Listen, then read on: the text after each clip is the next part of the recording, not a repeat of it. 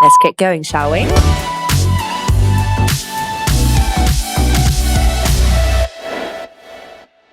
We are so incredibly excited to welcome Maria Marlowe to Mother Tongue. Maria, how are you? I'm great. Thank you guys so much for having me. Oh, we are so excited about this conversation today. I feel like I have so much to learn on this because I'm having all forms of issues on my face at the moment, and I feel you're going to help me. You're going to help me. I just know it. I hope so. I've got that I'll do the Friday best I feeling, can. No pressure. No pressure at all. Before we get into all the juicy stuff, Maria, can you please tell our lovely listeners a little bit about yourself? Sure. So I am a holistic nutritionist that specializes in acne. I'm based in Dubai, and I guess the main thing to know about me is that I didn't grow up dreaming to be an acne nutritionist, but I got here by way of life. I had really bad acne for almost 5 years, despite trying all the things, the topicals, the medications, the prescriptions, and nothing worked, or it would work for a short period of time, but then my skin would always break out again. And on top of that, thanks to all the antibiotics I was taking, I was also bloated all the time too. So I didn't only have acne, I now had digestive issues. And long story short, I was introduced to this concept of food as medicine. I was really skeptical at first, but decided to try it just because I was so desperate. My skin cleared up in a matter of 3 months. And I was like, why isn't anyone teaching us this?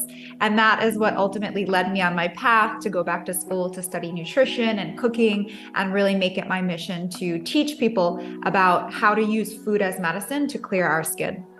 Oh my God, that's incredible. And I mean, I'm guessing this all led you to the plant-based lifestyle that you now lead as well.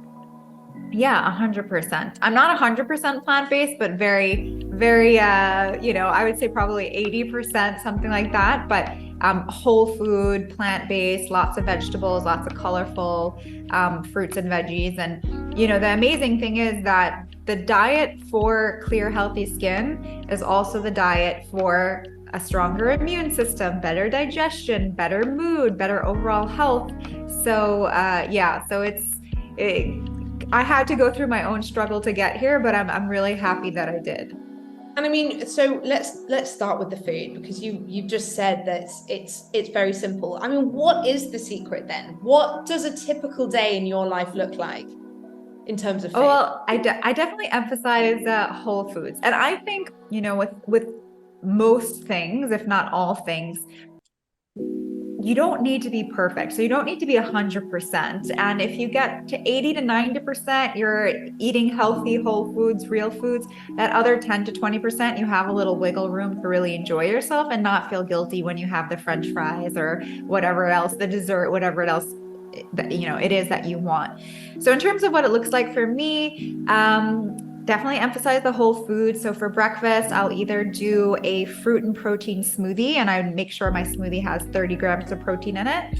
Or I'll have eggs, like a veggie omelet with some maybe avocado toast on the side, or chicken sausage. Again, trying to hit that 30 grams of protein, because the research shows if you get 30 grams of protein in the morning for breakfast, this helps to keep you not only more satiated, but helps to keep your blood sugar more stable throughout the day. So you're less likely to want to snack and crave sugar. Then, lunch and dinner are some veggies. There's definitely a big side. Half my plate is vegetables, whether that's cooked or raw. Salad, maybe a salad for lunch, maybe some steamed or roasted veggies for dinner, some protein, whether that's a veggie protein or a animal protein, maybe a wild salmon or some chickpeas, organic tofu, some grass-fed meat. And then either some whole grains or some starchy vegetables like sweet potatoes, and some healthy fat. So that's basically how I'm building all my meals. And yeah, that's a day in my life food-wise. I mean, I love this. And I mean, so you obviously mentioned before you cured yourself in three months. So before you kind of discover this new way of life, were you health conscious? Did you think you were no. conscious, and maybe not? No. Well, that is the funny thing. I kind of did think I was health conscious because, so I grew up in New York in the States, and at the time when I was growing up, there was the USDA food pyramid, and that was supposed to, tell us what to eat. And on this food pyramid, I remember it very clearly. It advised that we eat 8 to 11 servings of bread, cereal, rice, or pasta. So basically refined carbohydrates, which your eyes are bugging out now because you're like, oh, how is this true? But yes, these were the food guidelines for many, many years in the US. And I was following them, but I was also wondering why I had so many health problems as well. I mean, to be fair, I probably was not following it completely. I don't think I was eating any vegetables. I was eating a lot of processed foods. Everything came out of a box or a freezer or takeout. I ate a lot of pizza, ate a lot of cookies, ate a lot of soda or drank a lot of soda. So I was eating the standard American diet. I've got to ask, because you've just mentioned, obviously, things out of a packet. And this is slightly off topic, but last night I had a plant-based burger, which comes out of a packet from my freezer that you cook from frozen, which still blows my mind, in like 8 to 10 minutes. What are your thoughts on these plant-based fake meats? Yeah, so it depends what it's made out of. Now, if you have a plant-based burger made out of beans and lentils and maybe some rice or veggies, those are great. Those are fantastic. The fake meats, those can sometimes be a little bit questionable and they can be very, very highly processed. So it really just depends what it is. And a lot of times they're made with vegetable oils. Sometimes they're made with like wheat gluten or like these isolated proteins. So in my opinion, I would rather eat the actual meat than the fake meat, or I would eat like a veggie burger that's actually made out of veggies and beans. Right. Which veggie burger was it? I think it was called Switch. I recently saw it in a supermarket and I was like, oh, I'll give that a go. My husband's been traveling and they're always so easy because it's literally like out the freezer, put it in the pan, cook it, and then I have it. But as I was eating it, I was like, oh, I wonder what's in this, because it tastes like me, but it's not me. Yeah, so it really depends. I'm not familiar with that brand, so I don't know the ingredients, but I would always just check the ingredient list and look for ones that have the simplest ingredients possible. It's all good. That's your 10-20%. It's all good. Know about food and how that impacts our skin, but over the years we've always been told that it's, bacteria on our skin or dirt, makeup, pollutants in the air that have caused breakouts. So is that actually incorrect? Is it more that our skin's getting inflamed? Is it to do with our diet? Yeah, so one of the biggest, it's really like a paradigm shift in our understanding of acne has come, really just in the past couple of decades. And what the research shows is that acne is not triggered by bacteria, it's triggered by inflammation. So acne is not really a hygiene problem at all. Yes, there are comedogenic products that can clog your pores and contribute to breakouts, but they're just, when you're breaking out from something topical, it's pretty easy to see that it's coming from the outside, right? It's a clogged pore. It's like a little whitehead and it comes and goes very quickly. If you stop using the makeup or the product, or, maybe, if you have wearing a baseball hat while you're playing tennis outside and you're sweating, the friction that might cause it. But once you remove that topical cause or trigger, the acne goes away.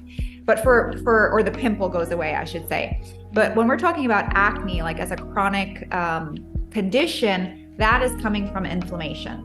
Bacteria may play some role in the acne, but it is not the primary trigger. And what we've even found is that, first of all, the bacteria, it used to be called P. acnes when I was growing up. It's since been renamed to C. acnes. This bacteria, which was believed to cause acne, has actually been found to be a commensal or good bacteria that's found on human skin naturally, even on clear, healthy skin, and in equal amounts. Additionally, research has shown that you could have a pimple, you could have breakouts, and not have this particular bacteria on your skin. So there's really something else at play. And since the 1980s, more and more research has been pointing to inflammation, so much so that if you look up the definition of acne now, it is classified as a chronic inflammatory disorder. So it's really inflammation that is setting off the chain of events that lead to the clogged pores. The clogged pores are really just the symptoms they're coming after, but it's the inflammation that is pushing the first domino, so to speak. Okay, and the inflammation could be the food that you're putting in the body. I'm guessing also things like stress, lack of sleep, hormonal issues. Yes, so you got them. Gut dysbiosis, that's another one. So some, imbalances in your gut that can also cause inflammation. Nutrient deficiencies can cause it. Pro-inflammatory foods, stress, like you mentioned, hormone imbalance. So all of these things can contribute. But the interesting thing, and it may seem like there's a lot of things because there kind of are, there's many different factors, and you don't need to have all the factors, you could just have one. The interesting thing is many of these, if not most of these, are pointing back to diet and stress. Even in terms of hormonal imbalances, there's a lot of diet and lifestyle habits that can influence our hormones.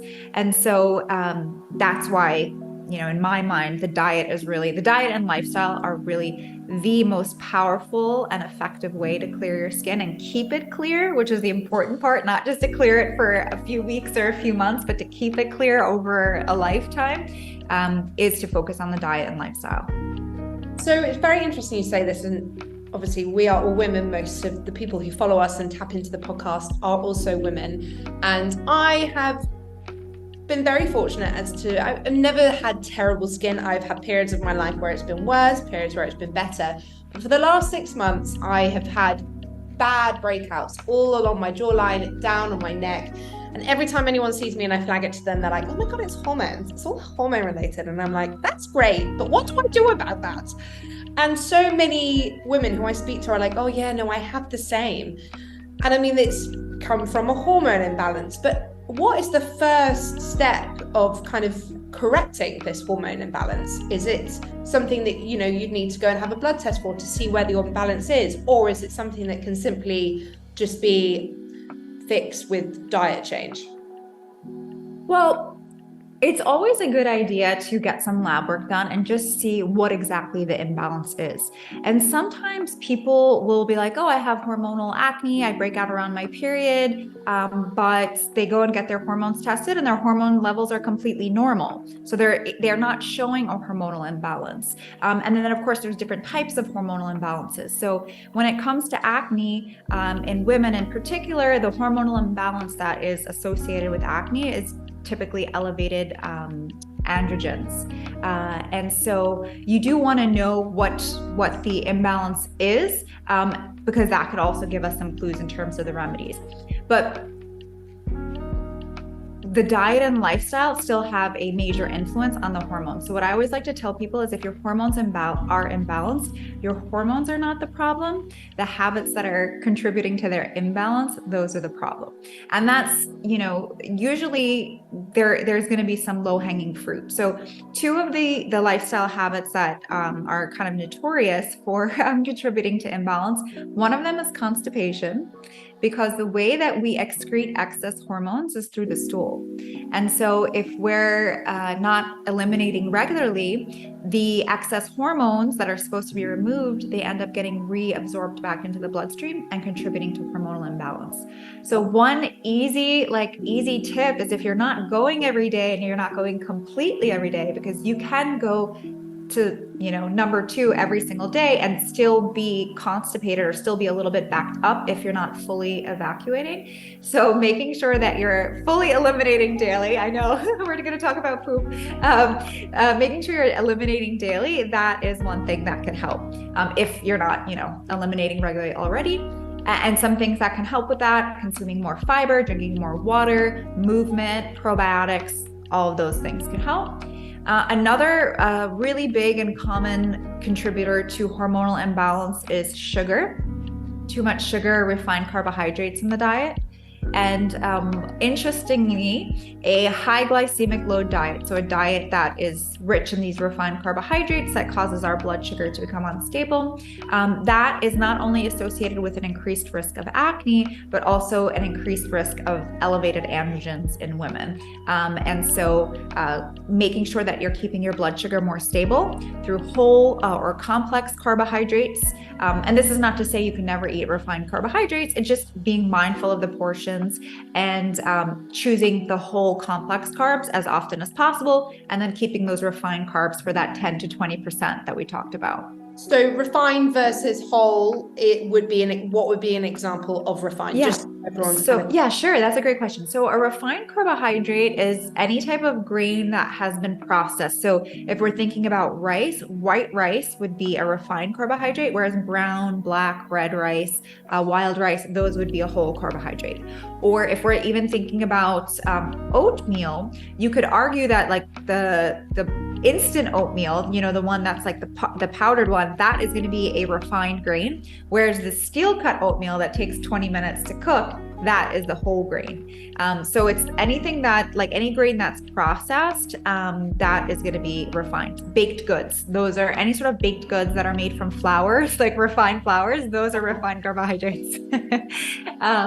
Yeah, so like pasta, for example. But the great thing for us living in 2023 is that now there are a lot of alternatives to all these things. So you can still eat all your favorite baked goods or foods, but there's usually an upgraded version of them. So for example, let's take pasta. Pasta is delicious and I love to eat pasta, but when I choose pasta, I'm going to choose one that's higher in protein and fiber. That's going to help keep my blood sugar more stable. So you can find pasta made from chickpeas. You can find all different types of noodles. So these are not high in protein and fiber, but like, for example, kelp noodles or shirataki noodles. Shirataki noodles are very rich in fiber and they're very low glycemic or zero glycemic. So there's many other pasta and noodle alternatives that are just going to keep your blood sugar more stable. And then another tip is, okay, even if you are going to have the pasta, like, my husband and I, we like to go out on our date night and go to an Italian restaurant and order some gluten-free pasta there, which is going to be made from refined carbohydrates. But we eat a salad first, and then we eat some protein first before we have the pasta. So this is a really amazing life hack. It's to eat fiber, then protein, then your carbs. Okay, this is going to change your life. And it's quite interesting because what the research shows is that the order that you eat your foods is going to affect your blood sugar, how your blood sugar reacts.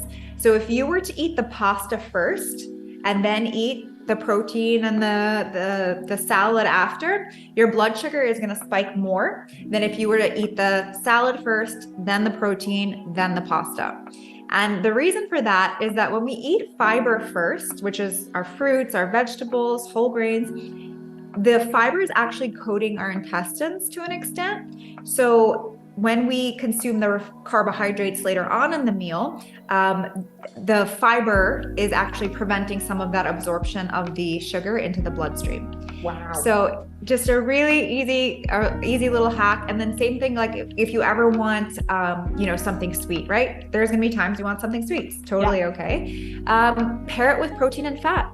That's going to help keep your blood sugar more stable, even if it's fruit. So if you want to have a cup of pineapple, have some flax crackers with hummus first, or a handful of nuts, or some nut butter before you have that.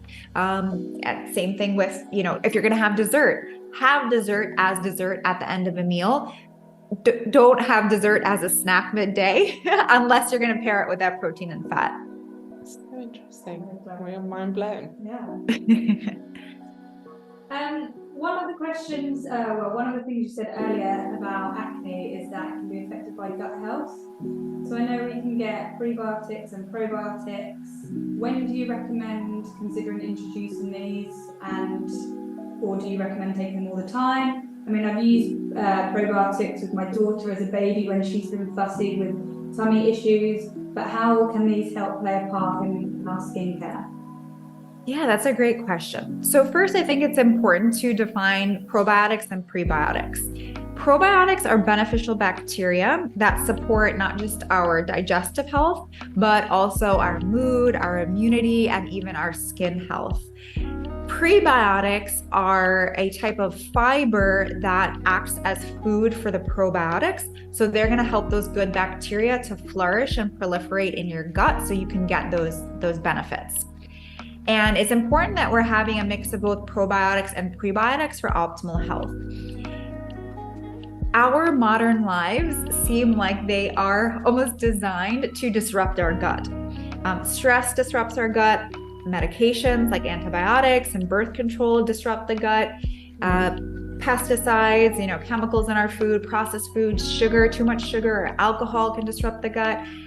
So many things can contribute to imbalances there. So it's really important that we are focusing on replenishing the good bacteria there on a regular basis through fermented foods, which are a good source of probiotics, a natural source of probiotics, and even probiotic supplementation, because most people are typically not consuming enough fermented foods on a regular basis in order to get the benefits.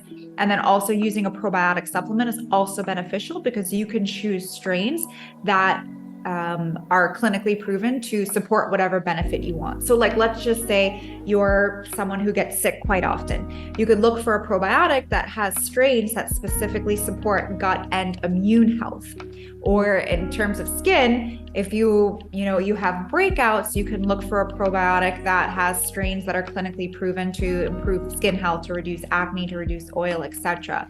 And probiotics are really powerful. They're something that was a big part of my own healing journey because, like I mentioned earlier, I had a lot of digestive issues. So if you have bloating, gas, constipation, diarrhea, like any sort of digestive issues that are, if you're not regular, these are a sign that there's some imbalance going on in your gut. And assuming that it's just, it's manageable. It's not, if you're not in severe pain, like obviously if you're having a big issue, then you need to go to a gastroenterologist and get that checked out. But if you just have that occasional bloating or you're just not as regular as you would like to be, using probiotics can help. The lactobacillus and bifidobacteria strains are especially beneficial. And yeah, I would just choose one based on the benefits that you're going for. And I mean, are there any other key vitamins and supplements that we should be taking? So, I mean, we're all told during COVID, take vitamin D, it will stop you from getting COVID. Whether that was true or not, I don't know, but I took it every day. Someone recently was like, you must take magnesium. Why aren't you taking magnesium? You're a person in the know more than me and Sarah. Yes. What would you suggest we should be taking without popping every pill under the sun? Yeah, so, supplements can be, well, first of all, supplements are a supplement to a healthy diet. They are not to replace a healthy diet. So you can't have my old standard American diet and just be like, oh, I'm going to take a multivitamin and I'm good. It doesn't work like that. You still want to have a healthy diet and lifestyle. And the supplements are kind of an insurance policy to make sure that you're getting enough and to kind of fill in any gaps. The best thing to do, honestly, of course you could take a multi to kind of cover all your bases, but getting some blood work done to really assess your vitamin and nutrient levels, that could be really, really helpful, because then you'll know exactly where you're coming short and exactly, what to supplement with, and you're going to have the biggest benefit there. So typically when you go to get a physical, for example, they're not really testing your vitamins and minerals. Maybe they're testing vitamin D, but beyond that, they're not typically tested. So it is these are tests that you'd have to ask for. But I do find that they can be incredibly beneficial. And especially if you have any little nagging issues, whether it is the breakouts or maybe hair loss or your nails are breaking or whatever it is, doing some lab work can help you really get to the root of it, because a lot of these issues can be traced back to nutrient deficiencies. So if we're talking specifically for skin, some of the most common nutrient deficiencies for skin are vitamin A, omega-3, and zinc, and vitamin D to some extent. So if let's say you have acne, the first thing I would do is just assess your diet and really look at what you're eating and say, okay, am I getting enough of these nutrients? So in the case of vitamin A, Vitamin A is found primarily in organ meats like liver, and it can also be found in plant-based sources as like beta-carotene, which our body converts to vitamin A, and that can be found in dark leafy greens and orange vegetables. So if you look at your diet and you say, okay, well, I'm not eating organs and I don't eat my greens, like I eat them maybe once a week or something, I'm not eating a ton of vegetables. Well, that may be, a possible sign of vitamin A deficiency, which you could go get it tested, or you can just kind of look at your diet and say, okay, let me just try adding in more of these foods that are rich in vitamin A and see what happens. Same thing with omega-3. So omega-3, this is a really common deficiency, not even just amongst acne patients, but even in like depression and mood disorders. And so omega-3 is found primarily in seafood and also in seeds. So like flaxseed, chia seed, hemp seed. And again, if you look at your diet and you say, okay, well, I don't eat seafood, and I only eat seeds once in a while, or I don't eat seeds either, well, that could be, an indicator of omega-3 deficiency, again, especially if you have acne. So simply adding more of these foods in can help, but of course you could also do the blood work to see. So I think it's really a mix of both, and it is really important that we are getting our nutrients, because they're typically not just going to help one thing, right? They're going to help many different aspects of our health. So actually, I mean, you've touched a couple of times now on getting like blood work done, and there's a company here called Valio. I don't know, Sarah, have you ever had any tests done with them before? But Maria, have you ever worked with them before? I haven't, no. They're actually really good. So if you are based in Dubai and you're looking to get some blood work done, they actually come to your house, which is great.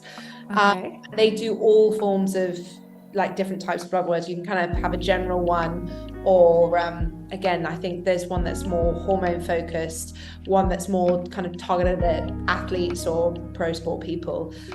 There's all sorts. So I'll link that in the show notes, because it's quite handy. Then you don't have to go to the doctors, because not everybody likes doing that. Yeah, not everybody likes doing it. And it can also be really expensive as well. Yeah, exactly. They actually always have good offers on. I had one done about 6 months ago, just to kind of see what was going on, because my immune system is terrible. I seem to just get everything, and I should be better at taking supplements, but I'm not. I probably take them like once every 3 days. So, that's Probiotics can really be helpful. So the bulk of our immune tissue is actually in the guts. And so the healthier our gut is, the stronger our immune system is going to be. And typically the less healthy the gut, the weaker the immune system. Of course, there's other factors at play, but taking probiotics, again, like the lactobacillus and bifidobacteria strains, can really help. Probiotics are really they're such a game changer, because once you realize that the gut really is the root of our health, and the father of medicine, Hippocrates, he's quoted as saying, all disease begins in the gut. And on the flip side, health also begins in the gut, right? If you have a healthy gut, it's starting there as well. Yeah, and I mean, we're kind of moving on to a supplement chat now, aren't we? But the problem with supplements nowadays is there's so many on the market, and there's so many that actually probably don't have anything good inside at all. So if you could recommend one or two brands that you really trust in, what would they be?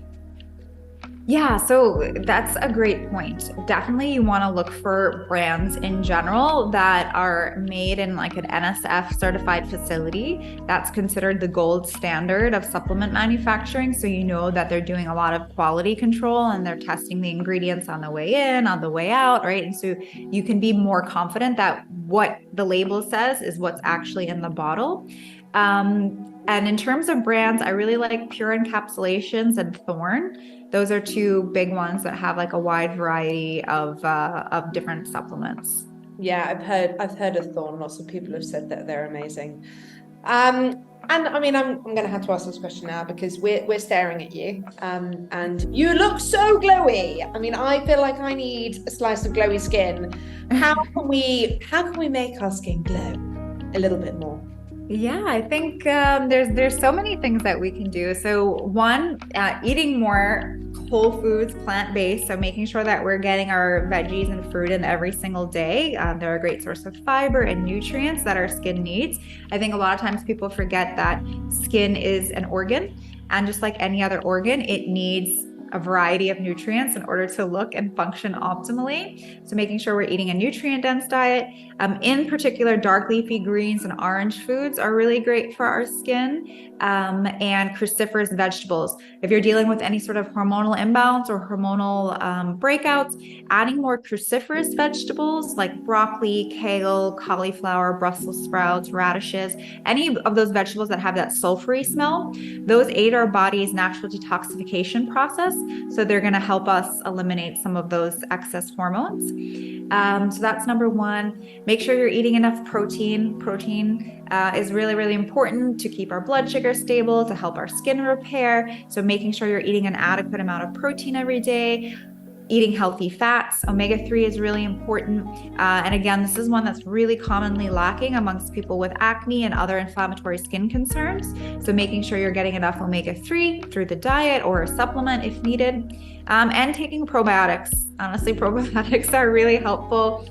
So I was at a dermatology conference a couple of years ago, and it was like 2 or 3 day event, and all these speakers were on, and they kept kind of talking about this one probiotic strain, L. rhamnosus sp1, which was found in a clinical trial to reduce adult acne. And I was like, wow, this is amazing. This is so cool. And I looked around on the market and I could not find any products that had this particular strain. So I actually set out to create a probiotic that contained this strain and mix it with other, 5 other clinically validated strains that are going to support that gut-skin connection. And so Globiome is a probiotic that specifically targets that gut and skin health. I like to say it tackles both bloat and breakouts. And it's been clinically proven to reduce breakouts, the severity and frequency, to reduce excess oil of the skin, and even to increase skin hydration. And it's doing that all by first improving the gut microbiome, supporting the gut lining. And as a result, that's reducing inflammation and improving the skin from the inside out. That sounds amazing. I know, we need this. Yeah. We'll have to get the details of that specific one from you and link in the show notes. And get some for ourselves. So we just talked there a lot about hormonal imbalances, and a lot of our listeners are either mums-to-be or new mums, and a lot of people do have bad skin when they're pregnant or postpartum, which I assume is all to do with that huge change in hormonal imbalance. Yeah. And you just mentioned lots of different kind of leafy, different vegetables that people can take. Would this be your same recommendation for people that are pregnant, if they're having bad skin? Yeah, actually, the recommendations would really be the same. I mean, the first and primary, or I would say like the 2 key habits to make sure you're doing when you are postpartum or pregnant, of course, is to keep your blood sugar stable. That is really a big one. And this is one that sometimes people don't realize that their blood sugar is unstable, because your blood sugar can be unstable even if you never eat dessert.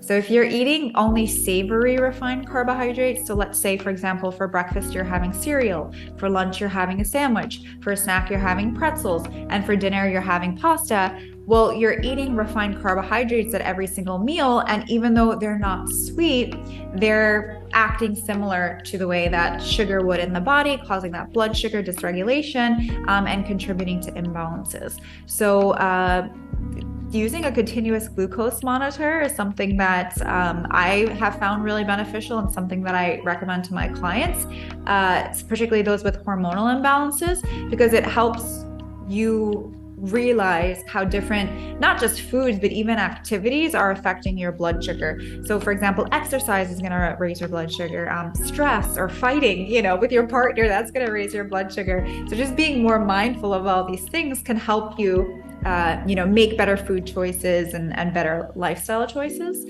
So that's a big one. The other one is to make sure that you're replenishing your nutrients and taking a postnatal vitamin. And then again, maybe even getting your nutrients checked, because when you're growing another human, that takes a lot of nutrition and nutrients. And so, and then even breastfeeding, if you're breastfeeding after, that takes actually even more.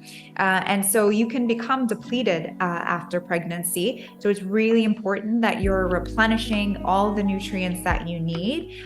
So there are postnatal vitamins that could help. But if you are struggling with any sort of like issues, whether it's acne or other, other issues postpartum, it can't hurt to go actually get your nutrient levels checked and see where you might need a little bit more support.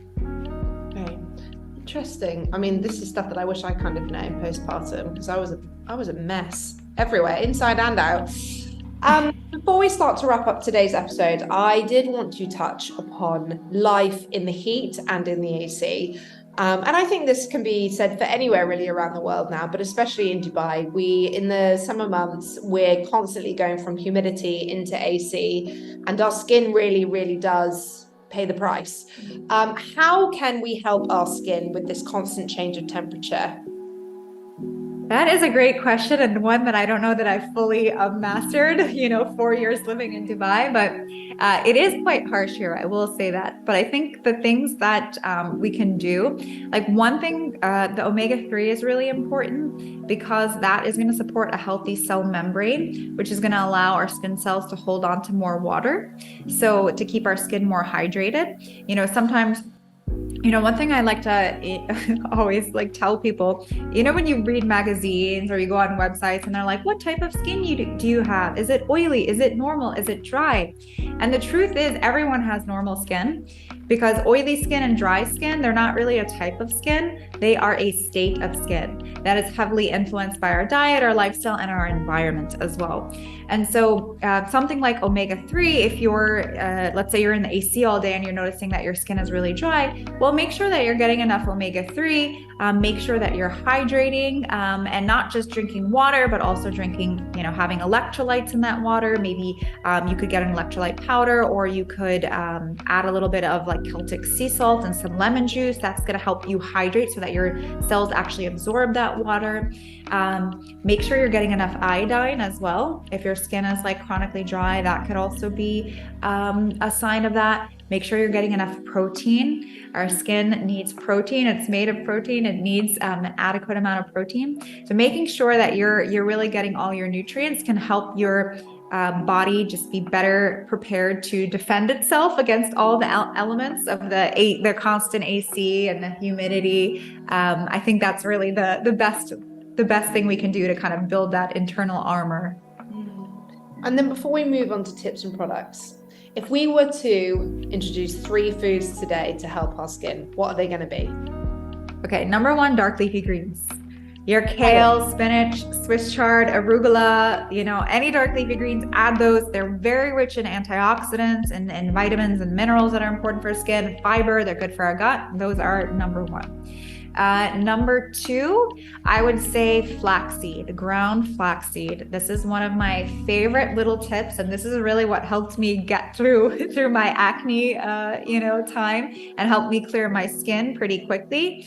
Flaxseed is a source of omega-3s, natural source of omega-3, so it's anti-inflammatory. It's a great source of fiber, so it's going to aid in regularity, and it also aids in hormone balance. So flax seeds are an excellent food to add into the diet, and you just need a tablespoon or 2 per day. You can sprinkle them on just about anything. You could put them in a smoothie. You could put them on salads. You could put them on your bowl of steel-cut oats, whatever it is. They add a nice nutty flavor. And then the third food, if we can only pick one, I would say avocado. Avocado is a good source of healthy fat. It's actually an amazing source of fiber, good source of vitamin E, which is also important for our skin. Actually, there's one more I just thought about. I'm going to add 4. And another game changer for skin is liver, right? But I personally, I can't stomach liver. I don't like the taste. I just don't like it. But cod liver oil is very easy to take if you get a high quality one. It really has very minimal taste or smell, and it's very easy. You just take a teaspoon or whatever serving is right for you. And it's a very rich source of vitamin A, omega-3, and vitamin D all in one. So it is really a skin superfood. Oh my God, I love this. I feel like you're taking notes, which I'm definitely going to do. I can see it typing away. I'm like, great. I'm so glad someone is. And then before we say goodbye to you today, we always ask our lovely guests to share one tip and product. So what is your top tip and top product? My top tip is listen to your body. Your body is always trying to communicate with you. It's never trying to, hurt you or do something against you. Like I used to think when I had acne, like I was so mad at my body for having it, like what's wrong with me? But it was really a blessing in disguise, and all of our ailments are blessings in disguise because they're alerting us to that inflammation and imbalance within. So use it as an invitation to get to know your body a little bit better, to explore different routes, different healing modalities, different foods, different lifestyle activities that can help improve your situation. So that would really be my number one tip, is listen to your body, love your body, show it some grace, and just know that your body's always on your team. So it's just a matter, like sometimes that communication, like we don't know exactly what it wants. It takes a little time to figure it out. But if you are patient enough to figure it out, like your body will reward you. And then in terms of a product, I have to talk about Glow Biome, which is my probiotic. It's an incredible product. Like I said, it's clinically proven to reduce breakouts, to reduce excess oil, and increase skin hydration. And I think it's really, a game changer. And I really see the future of beauty and skincare as being ingestible, because we do need topical skincare 100%, but the biggest impact that we're going to have on our skin is from the inside. Amazing. And Maria, for everybody who wants to reach out, say hi, where can they find you? On my website, mariamarlowe.com, and Marlowe is spelled Marlowe. You could also find me on Instagram at Maria Marlowe, and on TikTok at Glow by Marlowe. YouTube, I have, I'm on all the channels, so you can find me. That is incredible. And we will link all of this in the show notes, as always, everybody. If you liked today's episode, please feel free to rate, review, subscribe, and leave us a little comment. We'd love to hear from you. And as always, you can find us on Instagram at WeAreMotherTongue. Maria, you have been incredible. I've learned so much in the last 45 minutes. It's been brilliant. I'll be borrowing Sarah's shopping list that she's definitely taken notes of. So thank you so much for your time today. Happy Friday. Enjoy your weekend. And we'll be speaking to you again very soon. Thanks so much. Have a great weekend. Have a wonderful day. Bye. Bye.